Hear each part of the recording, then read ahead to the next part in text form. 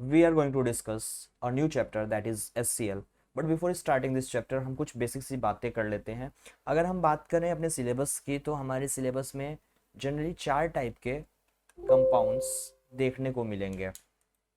हमारे सिलेबस में 4 टाइप के कंपाउंड देखने को मिलेंगे। First one is HCl, second is H2SO4, third is HNO3 and last one is ammonia. ये 4 टाइप के हमें कंपाउंड पढ़ने को मिलेंगे 10th ICSE में। इसमें से हम आज पहला चैप्टर दैट इज HCl जा रहे हैं डिस्कस करने के लिए। लेकिन इन चारों चैप्टर्स की अगर हम बात करें तो इसमें बहुत बहुत ही कॉमन चीज़ें हमें डिस्कस करनी, मतलब ऐसा नहीं कि चारों में हमें अलग अलग चीज़ें पढ़ने को मिलेगी। अगर हम सिस्टमेटिक वे में देखें तो चारों ही चैप्टर में कुछ कॉमन चीज़ें ही हमें पढ़नी है। जैसे कि क्या क्या चीज़ें पढ़नी है, तो सबसे पहले हमें इंट्रोडक्शन डिस्कस करना होगा इन चारों चैप्टर में। इंट्रोडक्शन में हम क्या डिस्कस करेंगे, बहुत ही बेसिक सी चीज़ कि ये कंपाउंड जो है इनका कॉमन नेम क्या है, इनका मॉलिक्यूलर फॉर्मूला क्या है, इनका मॉलिक्यूलर मास क्या है, ये किस टाइप के कंपाउंड है। अभी इसके पहले मैंने केमिकल बॉन्डिंग चैप्टर डिस्कस किया था, तो हम यहाँ पे इन कंपाउंड्स के अंदर किस टाइप के बॉन्ड्स प्रेजेंट हैं, we will discuss about that.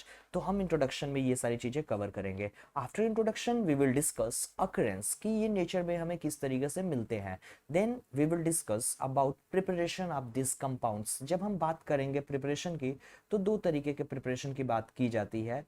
First one is general preparation, right, and जो दूसरा मेथड होगा वो हमारा होगा लैब में बनाने का मेथड, मीन्स लेबोरेटरी प्रिपरेशन। ये 2 प्रिपरेशन हम बात करेंगे चारों ही कंपाउंड के बारे में, वो अलग अलग होगा। ठीक है, अलग अलग मेथड से हम बनाएंगे, लेकिन ये चीज़ें डिस्कस की जाएंगे। Then we will discuss chemical and physical properties. After that we will discuss identification, मतलब कि हम कैसे आइडेंटिफाई करेंगे कि जो कंपाउंड गिवन है वो हमारा HCl है, H2SO4 है, HNO3 है या अमोनिया है।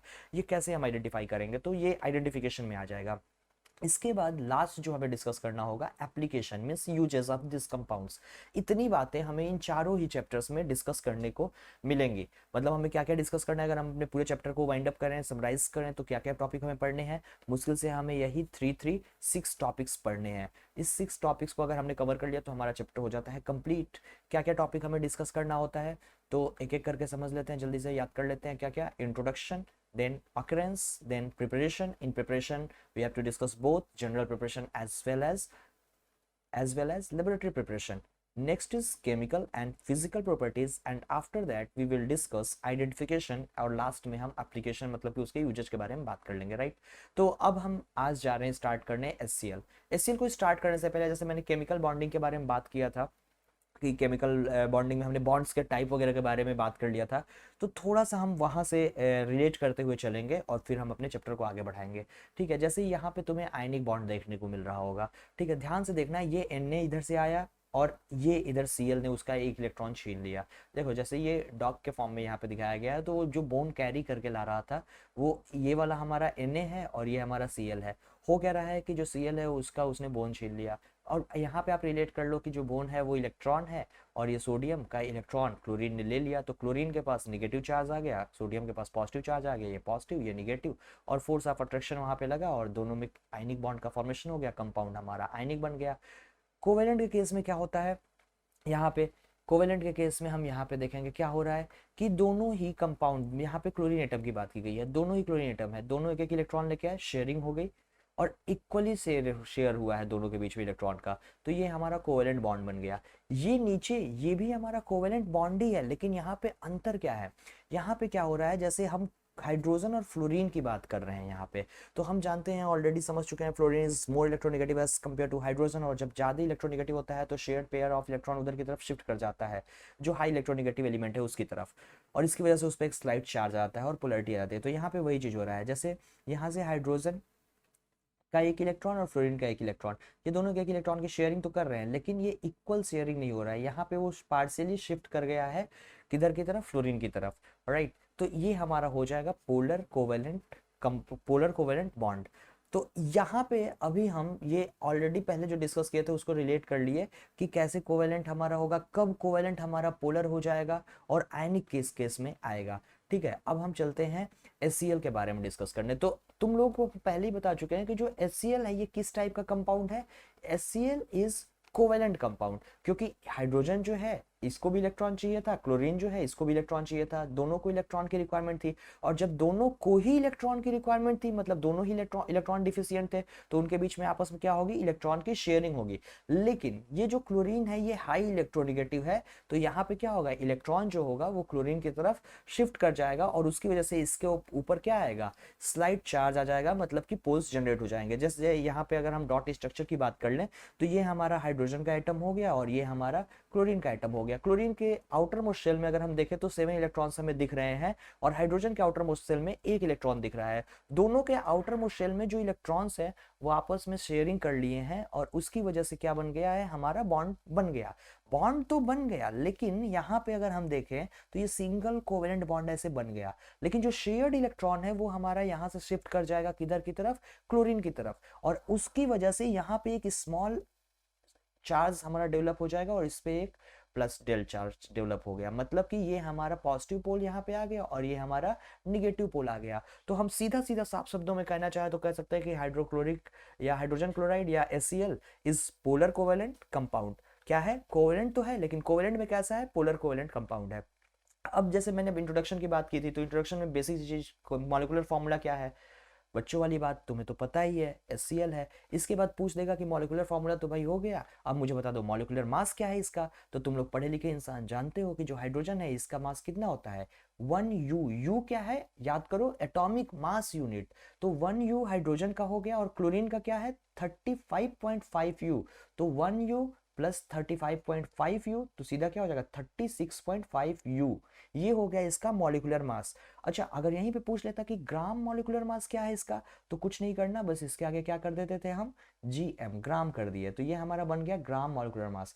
जिन बच्चों को अभी ये नया लग रहा है कि ग्राम मॉलिक्यूलर मास कहाँ आ गया, जो 9th में नहीं पढ़े हैं, अभी तक नहीं सुने हैं, उनको ये चीजें समझने को मिलेंगी मोल कॉन्सेप्ट में।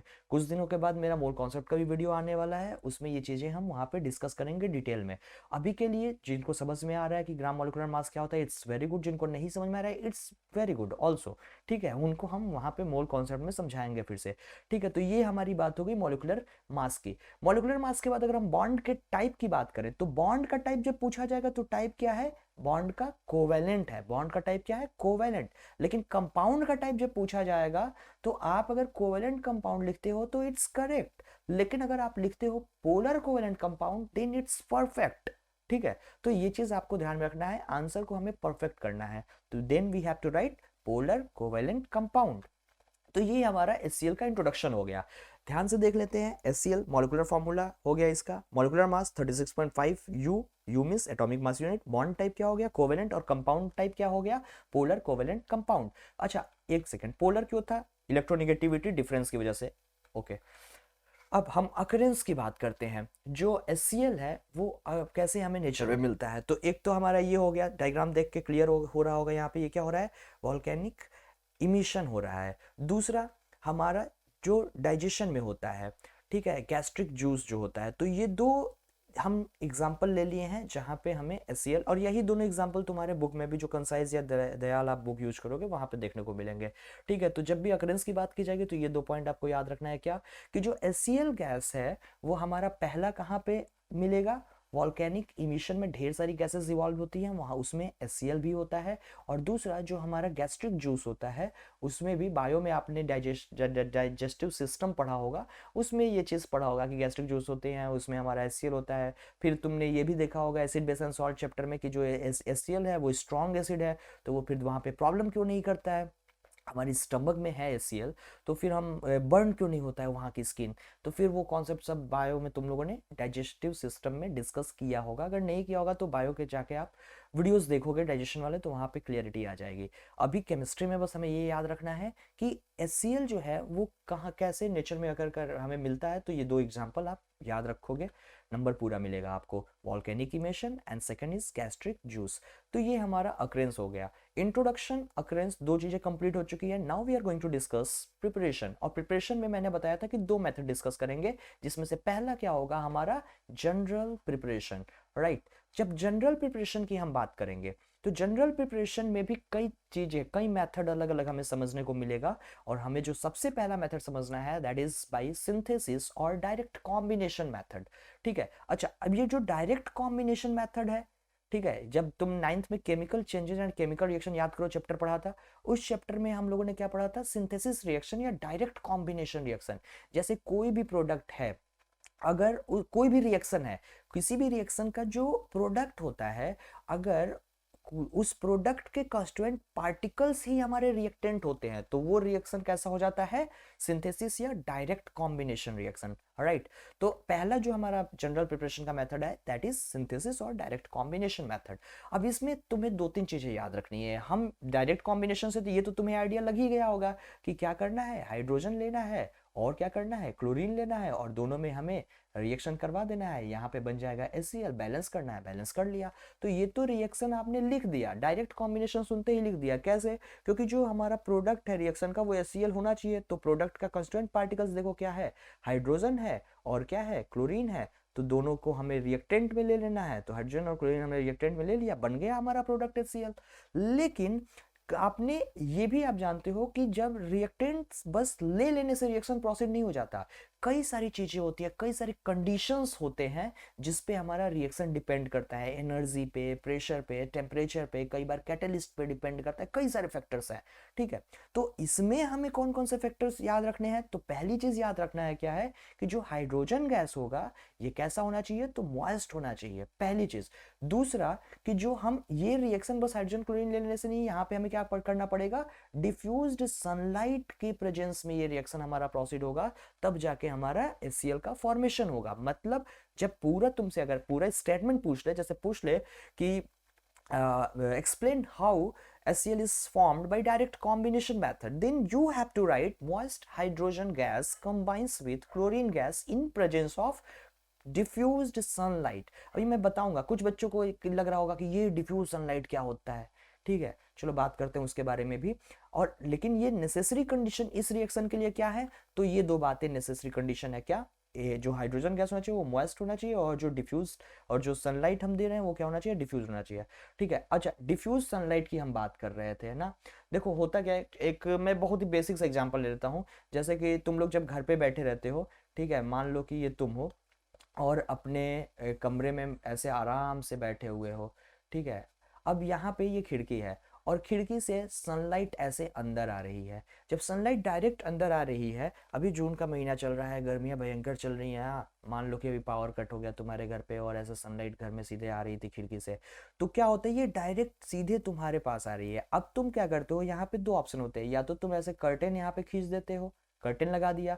अब मान लो जैसे तुमने कर्टेन जैसे ही यहाँ पे पुल कर दिया, तो क्या वो सनलाइट अब अंदर नहीं आ रही है, आ रही है, अभी भी वो अंदर आ रही है। लेकिन अंतर क्या है, पहले जो सनलाइट आ रही थी उसकी जो इंटेंसिटी थी वो अभी के कंपेयर में ज्यादा थी। मतलब जब ये तुमने कर्टेन लगा दिया ना, तो कर्टेन की वजह से आने वाली सनलाइट की इंटेंसिटी डिक्रीज हो गई। राइट, तो हम यहाँ पे डिफ्यूज सनलाइट क्यों लिए, क्योंकि हमें इंटेंसिटी कम कराना था सनलाइट का। अच्छा, अगर डिफ्यूज नहीं लेते तो क्या होता, उसको भी समझ लेते हैं। जब अगर हम डायरेक्ट सनलाइट लेते तो उस केस में ये रिएक्शन जो था वो हमारा क्या हो जाता, एक्सप्लोजिव रिएक्शन हो जाता। और तुम जा रहे हो प्रिपरेशन करने के लिए, ठीक है, तो प्रिकॉशंस हमें ध्यान में रखने होंगे। दैट्स द रीजन कि हम वहां पे डिफ्यूज सनलाइट लेंगे। अब यहाँ पे क्वेश्चन किस टाइप का पूछता है उसकी बात कर लेते हैं। तो पहला क्वेश्चन तो ये पूछ लेता है जो अभी मैंने पूछा कि नेसेसरी कंडीशंस क्या है, तो तुम बता दोगे। अब तुम सीख चुके हो कि मॉइस्ट हाइड्रोजन गैस होना चाहिए और जो सनलाइट है वो हमारी डिफ्यूज होना चाहिए। दूसरा क्वेश्चन पूछ लेगा कि अगर हम डायरेक्ट सनलाइट देंगे तो क्या हो जाएगा, तो अब ये भी तुम सीख चुके कि एक्सप्लोजिव रिएक्शन होगा, इसलिए हम डायरेक्ट सनलाइट नहीं देंगे। अच्छा, इसके बाद तीसरा केस, अगर हम सनलाइट नहीं देंगे, डार्क अगर होगा, ठीक है, मतलब इन एब्सेंस ऑफ सनलाइट, तो क्या होगा, तो भी ये रिएक्शन हमारा प्रोसीड होता है, लेकिन वहां पे जो रेट ऑफ रिएक्शन होता है वो बहुत ही कम होता है, इसलिए हम उसको नेग्लिजिबल रिएक्शन भी कह सकते हैं। ठीक है, तो जब रेट ऑफ रिएक्शन बहुत ही कम हो गया तो उस केस में हमें देखो, हमें प्रिपेयर करना था, और प्रिपेयर करने के लिए अगर हम डायरेक्ट में जाते, डायरेक्ट सनलाइट अगर रखते तो रिएक्शन हमारा एक्सप्लोजिव होता, अगर हम डार्क रखते तो रिएक्शन का रेट बहुत ही स्लो होता। तो इसलिए बेटर ऑप्शन हमारे पास क्या बच रहा है कि सनलाइट हम डिफ्यूज्ड दें। राइट, अच्छा दूसरी चीज कि डार्क के केस में भी हम उसको प्रोसीड करा सकते हैं कैटेलिस्ट का यूज करके, और यहां पे हम कैटेलिस्ट क्या यूज करेंगे, एक्टिवेटेड कार्बन, मतलब कि अगर डार्क रिएक्शन, यही जो कॉम्बिनेशन रिएक्शन हमारा था, इसी रिएक्शन में हम क्या करें, अगर डार्क मतलब एब्सेंस है, हमारा सनलाइट के एब्सेंस में हम ये रिएक्शन करा रहे हैं, लेकिन वहां पे हम एक्टिवेटेड कार्बन को कैटलिस्ट के तौर पे यूज कर रहे हैं, तो इस केस में ये रिएक्शन हमारा प्रोसीड हो जाएगा, राइट। तो ये तो हमारा पहला चीज, पहला मेथड क्लियर। जनरल प्रिपरेशन में मैंने बताया कि 3 चीजें हमें डिस्कस करनी है, जिसमें से पहला हमारा क्लियर हो चुका है। पहले में हमने क्या क्या सीख लिया, 2-3 बातें सीख ली बढ़िया से। आप वीडियो को रिवाइंड करके आप समझ लेना एक बार और रिवाइज कर लेना, ठीक है। अब इसके बाद दूसरा जो क्या है, 2 चीजें और आपके बुक में मेंशन है, हम उसको भी डिस्कस कर लेते हैं। 2 मेथड और हमारे होते हैं। पहला, अब इसमें क्या हो जाएगा, burning jet of hydrogen also burns chlorine to form HCl। सीधा से एकदम याद रखो इसको कि जो बर्निंग हाइड्रोजन गैस की जो जेट होगी, अगर हम डायरेक्ट उसको क्लोरीन के साथ लेके क्लोरीन पे अगर फॉल कराते हैं, तो क्लोरीन भी हमारा उसके साथ बर्न होगा और हमारा रिजल्ट क्या मिल जाएगा, HCl गैस का फॉर्मेशन यहाँ पे हो जाएगा। थर्ड हमारा क्या हो जाएगा कि अगर हम हाइड्रोजन और क्लोरीन का मिक्सचर ले लें और मैग्नीशियम रिबन का यूज करें, क्या करें, Mg रिबन का यूज अगर करते हैं बर्न कराने के लिए, तो भी हमारा HCl गैस का फॉर्मेशन होगा। तो यहाँ पे हमें समझने को क्या मिल रहा है कि डायरेक्ट कॉम्बिनेशन या सिंथेसिस में हमें हाइड्रोजन चाहिए और साथ में क्लोरीन चाहिए। अगर हाइड्रोजन और क्लोरीन है और किसी तरीके से मैंने रिएक्शन प्रोसीड करा दिया, तो HCl बन तो जाएगा। अब ये रिएक्शन प्रोसीड कराने के हमारे पास कितने ऑप्शंस अभी देखने को मिल रहे हैं, 3 ऑप्शंस हमें देखने को मिल रहे हैं। पहला क्या है कि डिफ्यूज्ड सनलाइट दे दो। दूसरा क्या है कि बर्निंग जेट ऑफ हाइड्रोजन को क्लोरीन से पास करा दो, तो बन जाएगा। तीसरा क्या है कि ये हाइड्रोजन और क्लोरीन के मिक्सचर को बर्निंग रिबन ऑफ मैग्नीशियम से क्या कराओ, इसके मिक्सचर को बर्न करो, किससे, magnesium ribbon, burning magnesium ribbon से, तो उस केस में भी हमारा HCl गैस का फॉर्मेशन होगा। तो ये हमारे 3 जनरल प्रिपरेशन हो गए, किसके, HCl के। तो 3 जनरल प्रिपरेशंस अब सबको क्लियर हो चुका होगा, ठीक है। डायरेक्ट यहाँ पे क्वेश्चन भी पूछ लेगा कि HCl का डायरेक्ट कॉम्बिनेशन से बनाने का हमें मेथड सजेस्ट करो, फिर डार्क और डायरेक्ट वाली कोई बात हो जाएगी, ठीक है। उसके अलावा 2 और कोई मेथड सजेस्ट करो, तो ये दोनों चीज हो जाएंगी, ठीक है। अब हम बात करेंगे नेक्स्ट मेथड की, ठीक है। तो जो अगला मेथड हमारा है, ये क्या है, मेटेलिक क्लोराइड का यूज करेंगे हम। यहाँ पे क्या करेंगे, मेटेलिक क्लोराइड का यूज करेंगे, ठीक है। अच्छा, तुम लोगों ने अगर एसिड बेसन सॉल्ट पढ़ा होगा, तो एक जनरल रिएक्शन ऑफ एसिड देखा होगा कि जब कोई एसिड हमारा रिएक्ट करता है किसी सॉल्ट से, जब कोई एसिड हमारा रिएक्ट करता है किसी सॉल्ट से, तो प्रोडक्ट में हमें क्या मिलता है, एनदर एसिड, मतलब कोई दूसरा अब हमें एसिड मिलेगा और उसके साथ साथ हमें कोई दूसरा सॉल्ट मिल जाता है, ठीक है। मतलब जब एसिड और सॉल्ट का रिएक्शन होता है, तो हमें मिलता है एसिड और सॉल्ट ही है, लेकिन वो पहले वाले से अलग होता है। एक एग्जांपल समझते हैं, सुंदर सा एग्जांपल ले लेते हैं। जैसे देख बेटा, मैंने कह दिया कि ये H2SO4 है। क्या है, H2SO4 एक एसिड है, ठीक है, जानते हो तुम। अब मैंने मान लो ले लिया कोई सॉल्ट, जैसे मैंने ले लिया NaCl। अभी आगे ये रिएक्शन हम देखेंगे भी, ठीक है। तो यहाँ पे तुमने डबल डिकम्पोजिशन या डबल डिस्प्लेसमेंट रिएक्शन सीखा होगा, जिसमें रेडिकल्स का एक्सचेंज हो जाता है, राइट। तो यहाँ पे वही रिएक्शन होगा और रेडिकल्स का एक्सचेंज होगा। तो यहाँ पे अगर देखें H2SO4, तो ये हमारा हो जाएगा 2H+, और यहाँ पे क्या हो जाएगा, SO4-2, और NaCl को अगर ध्यान से देखें, तो ये हो जाएगा Na+, और यहाँ से आ जाएगा Cl-। तो यहाँ पे रेडिकल्स का अगर एक्सचेंज होगा, तो ये दोनों हमारे एक साथ आ जाएंगे, और कंपाउंड क्या बन जाएगा यहाँ पे, Na2SO4 प्लस। अब H और Cl एक साथ आ जाएंगे, तो क्या बन जाएगा, HCl। क्या बन जाएगा, HCl। अब ये रिएक्शन बैलेंस्ड नहीं है, तो इसको बैलेंस्ड कर दो, यहाँ पे 2 कर दिया और यहाँ पे 2 कर दिया, हमारा रिएक्शन हो गया बैलेंस। तो अब यहाँ पे देखो हुआ क्या है, थोड़ा सा समझने की जरूरत है। यहाँ पे हमने क्या किया, एसिड लिया, सॉल्ट लिया। एसिड कौन सा लिया, तो H2SO4 लिया। सॉल्ट कौन सा लिया, NaCl लिया। अब यहाँ पे जो प्रोडक्ट बना वो क्या बना, Na2SO4, सोडियम सल्फेट, एक सॉल्ट है। बिल्कुल सही, मैंने बोला था कि एक सॉल्ट बनेगा। और क्या मिला, HCl मिला, ये भी एक एसिड है। तो जब हम एसिड और सॉल्ट का रिएक्शन कराते हैं, तो हमें एक दूसरा एसिड और एक नया सॉल्ट देखने को मिलता है वहां पे प्रोडक्ट के फॉर्म में। यही हमारा जनरल रिएक्शन यूज किया जाएगा इस प्रिपरेशन में बाय मेटेलिक क्लोराइड। और मैंने एग्जांपल लिया था, इसी में मैंने H2SO4 ले लिया और NaCl ले लिया। तो देखो यहाँ पे बन भी तो रहा है हमारा HCl, मतलब हम एक ऐसा सॉल्ट लें, यहाँ पे एक ऐसा सॉल्ट ले, देखो हमें करना क्या है, मेटेलिक क्लोराइड ही तो बनाना है, सॉरी एसीएल ही तो बनाना है। और किससे बनाना है, मेटेलिक क्लोराइड ही हम क्यों ले रहे हैं, क्योंकि मेटेलिक क्लोराइड के अंदर क्लोरीन होगा, और दूसरा हम क्या ले रहे हैं, एसिड। तो आप जानते हो कि एसिड से हमें मिल जाएगा हाइड्रोजन, तो हाइड्रोजन हमें एसिड से मिल जाएगा और सॉल्ट से हमें क्लोरीन मिल जाएगा, तो बन जाएगा एसीएल। लेकिन यहाँ पे तुम मेटेलिक क्लोराइड की जगह पे अगर कोई दूसरा सॉल्ट ले लोगे, क्लोराइड की जगह पे मान लो कि फ्लोराइड ले रहे हो, तो उस केस में क्या होगा, एसीएल बनेगा ही नहीं।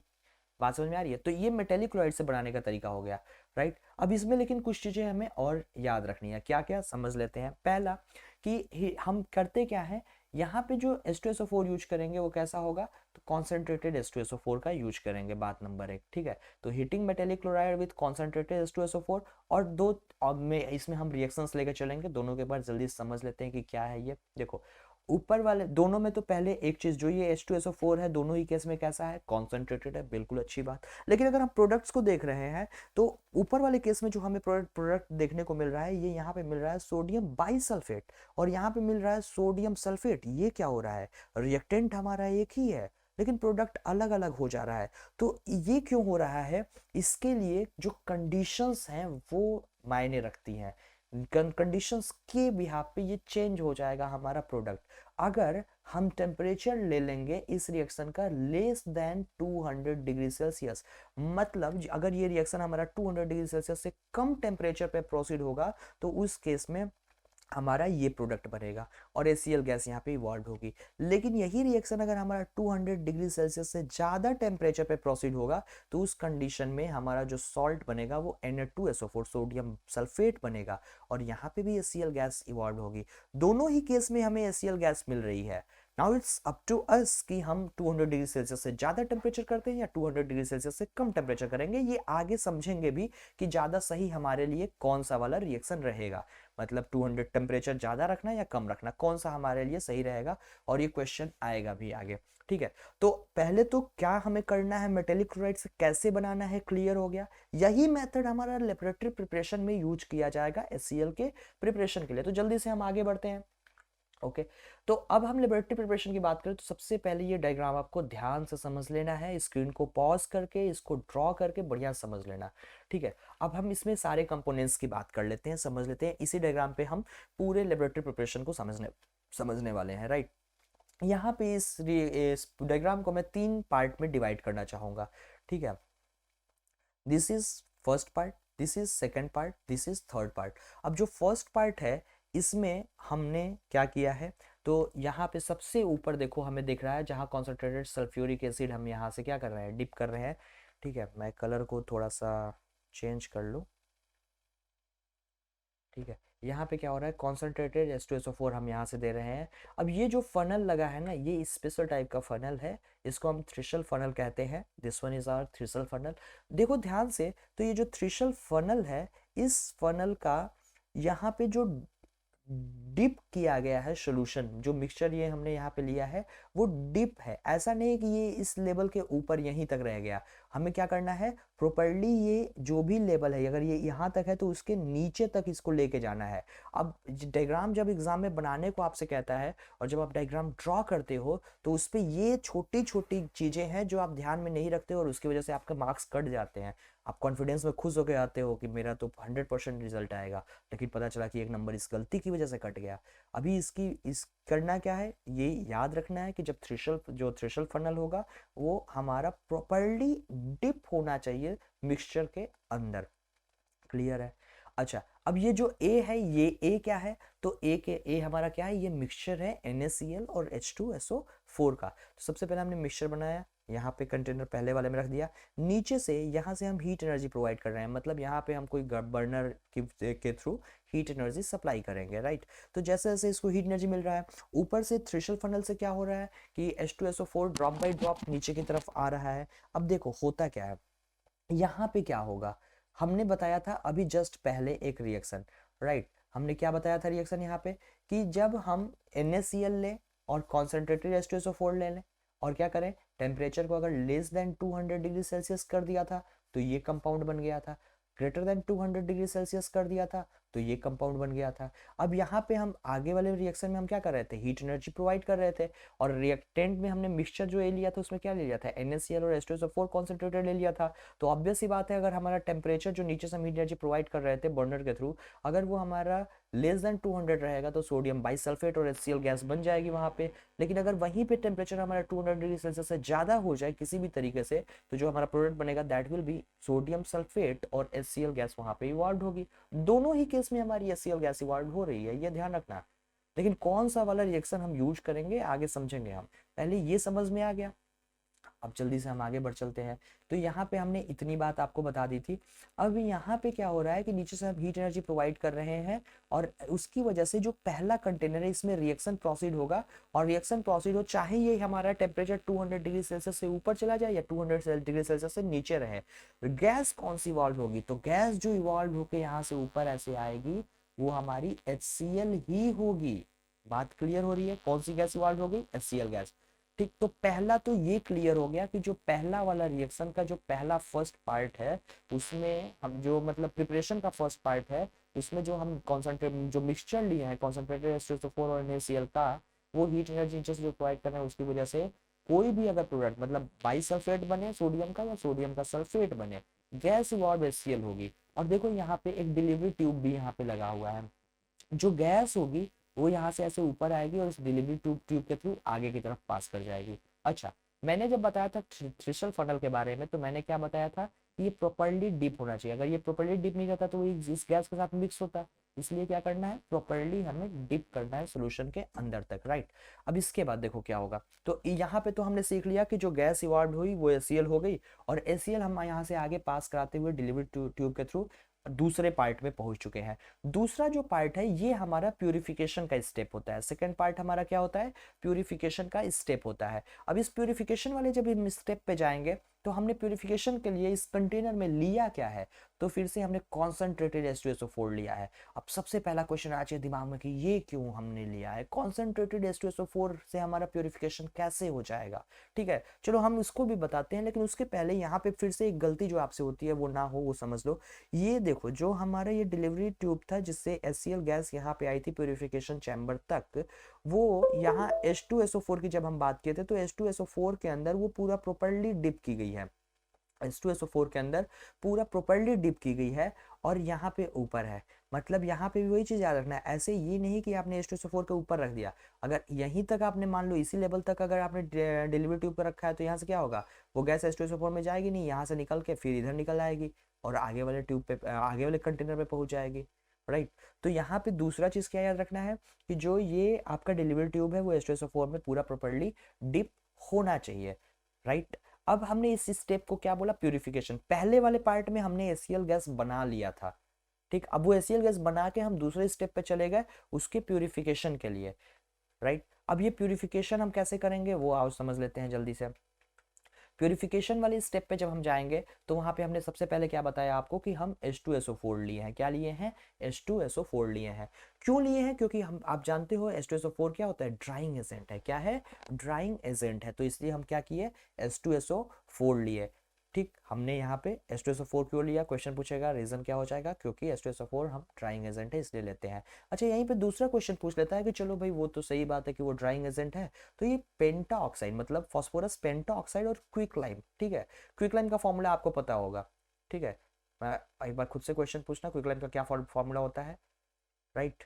हो सकता है कि आप सही हो, कैल्शियम ऑक्साइड, राइट। क्या है, कैल्शियम ऑक्साइड। तो हमने क्या किया, ड्राइंग एजेंट पेंटा मतलब फास्फोरस पेंटा ऑक्साइड और क्विकलाइम को क्यों नहीं लिया यहाँ पे, जब हमें ड्राइंग एजेंट ही तो यूज करना था, ये दोनों भी तो ड्राइंग एजेंट है, क्यों नहीं लिया, तो इसके पीछे रीजन है। क्या रीजन है कि ये दोनों भी अगर हम लेते तो HCl से दोनों ही रिएक्ट कर जाते, और रिएक्ट करते हमें क्या करना था, यहाँ पे HCl का प्यूरिफिकेशन कराना था। इस स्टेप पे क्या करना था, HCl गैस का प्यूरिफिकेशन कराना था, और HCl गैस का प्यूरिफिकेशन कराने के लिए अगर हम पेंटा ऑक्साइड, जैसे यहाँ पे फास्फोरस पेंटा ऑक्साइड अगर ले लेते हैं तो ये फास्फोरस पेंटा ऑक्साइड क्या करता, इस HCl से ही रिएक्ट कर जाता, और उसकी वजह से हमें यहाँ पे कुछ और प्रोडक्ट देखने को मिलता।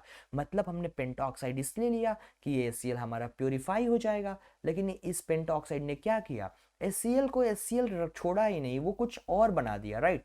यहाँ पे क्विकलाइम था, ये भी HCl के साथ वापस रिएक्शन कर गया और उसको कुछ और बना दिया। तो हो क्या रहा है, समझ में आ रहा है। हम H2SO4 क्यों लिए, क्योंकि ये पहली चीज रिएक्ट नहीं करेगा और दूसरी चीज की एक अच्छा ड्राइंग एजेंट है, राइट। तो यहाँ पे दोनों टाइप के क्वेश्चन पूछते हैं कि कौन सा ड्राइंग एजेंट यूज करते हैं, H2SO4 क्यों, तो क्यों, क्योंकि ये रिएक्ट नहीं करता है HCl के साथ। फिर पूछेगा कि फास्फोरस पेंटॉक्साइड या क्विकलाइम हमने क्यों नहीं लिया, तो इसलिए नहीं लिया क्योंकि ये दोनों हमारे ड्राइंग एजेंट तो हैं लेकिन वो हमारे रिएक्ट कर जाते हैं। और ये दोनों रिएक्शन आपको लर्न कर लेना है, ये याद कर लेना है, जब भी ये क्वेश्चन आएगा ना तो उसमें आप ये रिएक्शंस मेंशन करोगे, ये रिएक्शन मेंशन करोगे तो उससे इम्पैक्ट पड़ता है आपके क्वेश्चन पेपर पे, आंसर शीट पे, राइट। तो ये हो गया हमारा प्योरिफिकेशन का स्टेप। अब हमने प्योरिफिकेशन कर लिया, अब वापस से हम आते हैं यहाँ पे, हम प्योरिफिकेशन तक कर चुके हैं। अब देखो गैस यहाँ से प्योरीफाई हो गई और प्योरिफिकेशन टैंक से अब वापस देखो यहाँ पे होगा क्या, यहाँ से एस सी एल आई ऐसे H2SO4 के अंदर गई और ये बबल्स दिख रहे हैं, उसके बाद यहाँ से प्योरीफाई होके ऐसे अब वापस आ रही है।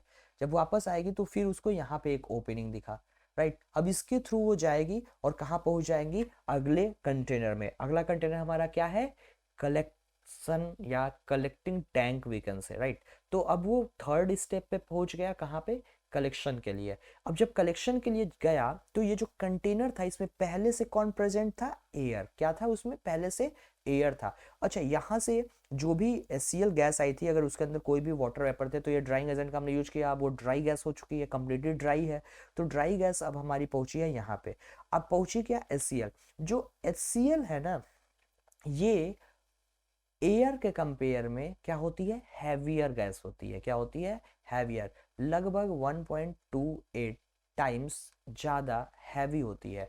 और इतना ज़्यादा हैवी होने की वजह से होगा क्या कि ये हमारी HCl गैस ऐसे नीचे की तरफ जाएगी और एयर हमारा ऊपर की तरफ जाएगा। मतलब एयर का अपवर्ड डिस्प्लेसमेंट यहाँ पे होगा। क्या होगा, एयर का अपवर्ड डिस्प्लेसमेंट, एयर को ऊपर की तरफ डिस्प्लेस करेगी और खुद नीचे की तरफ जाएगी, राइट। तो एयर के अपवर्ड डिस्प्लेसमेंट का यूज करके हम HCl गैस जो प्यूरिफाई हो चुकी है उसको इस स्टेप पे लाके क्या करेंगे, कलेक्ट कर लेंगे, राइट। ये हमारा कलेक्टिंग टैंक हो जाएगा, राइट। अब यहाँ पे एक और क्वेश्चन पूछ लेता है कि बेटा ये बताओ मुझे कि तुमने मेटेलिक क्लोराइड का यूज करके HCl गैस को बनाना था, तो तुमने मेटेलिक क्लोराइड ढेर सारे हैं, अब इसमें तुम NaCl क्यों ले रहे हो। तो इसका सीधा सा रीजन क्या याद रखोगे कि ये हमारा क्या होता है, चीप होता है, राइट। तो ये हमारा हो जाएगा कलेक्शन। अब हम यहाँ तक समझ चुके हैं कि जो हमारा गैस है वो किस तरीके से फॉर्म होगा, राइट। और किस तरीके से फॉर्म होगा, कैसे उसको प्यूरिफाई करेंगे और कैसे हम उसको कलेक्ट करेंगे। तो कलेक्शन के लिए मैंने क्या मेथड का नाम पूछेगा तो क्या बताओगे, अपवर्ड डिस्प्लेसमेंट ऑफ एयर। और क्यों हमने अपवर्ड डिस्प्लेसमेंट ऑफ एयर लिया मेथड यहाँ पे, ये अगर पूछ ले तो क्या बताओगे, क्योंकि जो गैस है मतलब HCl गैस है वो 1.28 टाइम्स ज्यादा हैवी है एज कंपेयर टू एयर, इसलिए हमने यहाँ पे HCl गैस लिया। अगला यहाँ पे एक चीज और याद रखना, कभी कभी पूछ, यहाँ पे ये बता रहे थे कि ये तो हो गया एयर के लिए। अभी जब पूछ देगा क्वेश्चन कि हम वाटर का यूज क्यों नहीं करते हैं, यहाँ पे एयर के तो डाउन अपवर्ड डिस्प्लेसमेंट से कर लिया, वाटर का यूज क्यों नहीं करेंगे, तो ये होता क्या है, हाईली सॉल्युबल है। अब ये जब हम प्रॉपर्टीज की बात करेंगे ना HCl गैस के प्रॉपर्टीज की, तो वहां पे हम बताएंगे कि क्यों हाईली सॉल्युबल है और वहां पे हम एक एक्सपेरिमेंट करके इसको प्रूव भी करेंगे कि हाईली सॉल्युबल होता है। वहां पे जेट वाले का एक्सपेरिमेंट आएगा। तो ये हमारा हो गया कलेक्शन। अब हमने HCl गैस को लेबोरेटरी में मतलब लैब में हमने बनाया, प्यूरिफाई किया, अब कलेक्ट कर लिया है, ठीक। ये पूरा याद रखोगे और जो डायग्राम मैंने बताया था उसके भी यहाँ पे याद रखोगे। अच्छा, लैब में चूंकि बना रहे हो तो गलती होने के चांसेस पूरे पूरे हैं, तो कुछ प्रिकॉशंस आपको ध्यान में रखने हैं। क्या क्या, वो मैं जल्दी से बता देता हूँ। एक मैंने वहां पे थ्रेशोल्ड फनल वाला बताया था कि थ्रेशोल्ड फनल हमारा क्या होना चाहिए, एकदम परफेक्टली हमारा डीप होना चाहिए, मतलब जो भी तुम्हारा मिक्सचर का लेयर है उस लेयर के थोड़ा सा तो नीचे होना ही चाहिए, मैंडेटरी है। दूसरा प्रिकॉशंस याद करो, मैंने क्या बताया था, वो भी हमारा क्या था, जो डिलीवरी ट्यूब है वो भी हमारा क्या होना चाहिए, डीप होना चाहिए। यहाँ पे H2SO4 आप इस तरीके से नहीं लिखोगे, आप लिखोगे ऐसे, राइट। तो ये भी हमारा क्या होना चाहिए, डीप होना चाहिए। इसके साथ तीसरा मोस्ट इंपॉर्टेंट क्या है कि जो टेम्परेचर है वो लगभग हम 200 डिग्री सेल्सियस तक मेंटेन करते हैं। याद करो मैंने दो रिएक्शंस बताए थे। पहले वाले रिएक्शन में क्या हो रहा था कि जब हमने ले लिया था क्या, NaCl ले लिया था और ले लिया था H2SO4। अब यहाँ पे हमने पहले केस में क्या किया था कि इसको कर दिया था लेस देन 200 डिग्री सेल्सियस, और जब ऐसा किया था तो हमें प्रोडक्ट क्या मिल गया था, NaHSO4 सोडियम बाइसल्फेट, और साथ में क्या मिल गया था, HCl गैस। और दूसरा जब हमने यहीं पे क्या कर दिया था, 200 सेल्सियस से ज्यादा जब कर दिया था, तो ज्यादा कर दिया था तो अब डाई बेसिक हो जाएगा, तो मतलब यहाँ पे क्या आ जाता था, सोडियम सल्फेट आ जाएगा, और यहाँ पे गैस तो वही आएगी हमारी, HCl गैस ही आएगी। अब यहाँ पे हम क्या बता रहे हैं तुम्हें प्रिकॉशन में, कि जो टेम्परेचर हमारा होगा वो लगभग हम क्या रखेंगे, 200 डिग्री सेल्सियस रखेंगे, ठीक, क्योंकि ये प्रोडक्ट बने हमारा, मतलब हमारा प्राइमरी प्रोडक्ट तो HCl गैस बनाने का है, लेकिन जो साथ में बाई प्रोडक्ट यहाँ पे आ रहा है वो हमारा सोडियम बाइसल्फेट बने, ये ना बने, सोडियम सल्फेट ना बने। अब ये क्यों ना बने, क्योंकि इसकी कुछ खास प्रॉपर्टीज होती हैं। क्या होती हैं, पहली चीज कि पहला क्या होगा कि जब 200 डिग्री सेल्सियस से ज्यादा टेम्परेचर करने का मतलब क्या है कि ज्यादा क्वांटिटी में तुम हीट एनर्जी दे रहे हो। जो भी तुम ऑपरेटर्स यूज कर रहे थे जिसमें मिक्सचर ये था और ऊपर से थ्रेशोल्ड फैनल लगा हुआ था, वो तुम्हारा ग्लास का होगा, तो देयर इज अ प्रोबेबिलिटी ना कि वो क्रैक कर जाए, राइट। दूसरी चीज क्या हो सकती है कि यहाँ पे खुद सोचो, हमें बनाना तो HCl ही था, अब ये 200 डिग्री से सेल्सियस से कम टेम्परेचर पे भी बन जा रहा है, तो जहां काम हमें कम टेम्परेचर पे हो जा रहा है वहां हम क्यों एनर्जी वेस्ट करें, क्यों हम 200 डिग्री सेल्सियस से ज्यादा टेम्परेचर दें, तो दूसरा क्या होगा, वेस्टेज ऑफ फ्यूल होगा। अगर आप 200 डिग्री सेल्सियस से ज्यादा टेम्परेचर करोगे देन हमारा वहां पे वेस्टेज होगा। और तीसरा जो सबसे इंपॉर्टेंट है, ये अगर बन गया ना, सोडियम सल्फेट अगर बन गया, तो ये हमारा क्या होता है, हार्ड क्रस्ट होता है, जो कि क्या करेगा, ग्लास का जो फनल आपने कंटेनर लिया है उसके साथ वो स्टिक कर जाएगा, और इतने बुरी तरीके से स्टिक करेगा कि वो बहुत ही डिफिकल्ट होगा वहां से रिमूव कराना, राइट। उसकी वजह से वो आपका जो भी ऑपरेटर्स था वो रीयूज करने के लायक नहीं रहेगा। मतलब आप गए लैब में प्रिपरेशन करने, और भले आप टेस्ट ट्यूब वगैरह तो तोड़ते रहते हो, और कंटेनर भी इस बार डिस्ट्रॉय करके आ गए, क्यों, क्योंकि आपने टेम्परेचर 200 डिग्री सेल्सियस से ज्यादा कर दिया। सोचो ज्यादा करने पे कितना नुकसान हो रहा है, पहला क्रैक कर सकता है हमारा ग्लास, चलो क्रैक नहीं किया तो एनर्जी तो वेस्ट हमने किया, वेस्टेज ऑफ फ्यूल हुआ। तीसरा कि जो हमारा सोडियम सल्फेट बन जाएगा, और अगर ये बन जाएगा तो वो हमारे एपरेटस को ही बर्बाद कर देगा, वो रीयूज करने के लायक नहीं रहेगा। तो ये हमारा हो गया प्रिकॉशंस। अब जल्दी से हम देख लेते हैं कि क्या क्या सीखे हैं हमने। HCl गैस के बारे में डिटेल में देखा कि ये क्या इसका इंट्रोडक्शन होता है, कैसी बॉन्ड्स इसके अंदर होती है, क्या इसके इलेक्ट्रोनेगेटिव वगैरह का डिफरेंस, पोलैरिटी कैसे आया, पोलर कोवेलेंट कैसे बन गया, ये सारी बातें हो गई। इसके बाद हमने बताया कि नेचर में अकर करने के दो चीजें हो गई, एक तो हो गया वॉल्केनिक इमिशन और दूसरा हो गया गैस्ट्रिक जूसेस जो थी। इसके बाद हमने इसके प्रिपरेशन के बारे में बात किया, तो एक तो हो गया नॉर्मल, नॉर्मल में हमने क्या क्या बता दिया, जनरल मेथड में 3 मेथड आ गए थे। उसके बाद लेबोरेटरी प्रिपरेशन हो गया था जिसमें हम मेटेलिक क्लोराइड की बात किए थे। कुछ क्वेश्चंस वहां में बताया कि सोडियम क्लोराइड ही क्यों लिया, क्योंकि वो चिप था हमारा। फिर वहीं पे क्वेश्चन आ गया कि 200 डिग्री से ज्यादा क्यों नहीं किया, तो इस टाइप से क्वेश्चन आ जाएगा। फिर प्रिकॉशंस के बारे में हमने बात कर लिया। ओके, आगे के लेक्चर्स में हम डिस्कस करेंगे कि आइडेंटिफिकेशन क्या है, कैसे हम आइडेंटिफाई करेंगे कि जो गैस बनी है वो HCl ही है। और हम उसी लेक्चर में ये भी डिस्कस करेंगे कि HCl गैस से HCl एसिड कैसे बनाएंगे, राइट। तो मिलते हैं आपसे अगली वीडियो में। ओके चलो, ऑल द बेस्ट बेटा।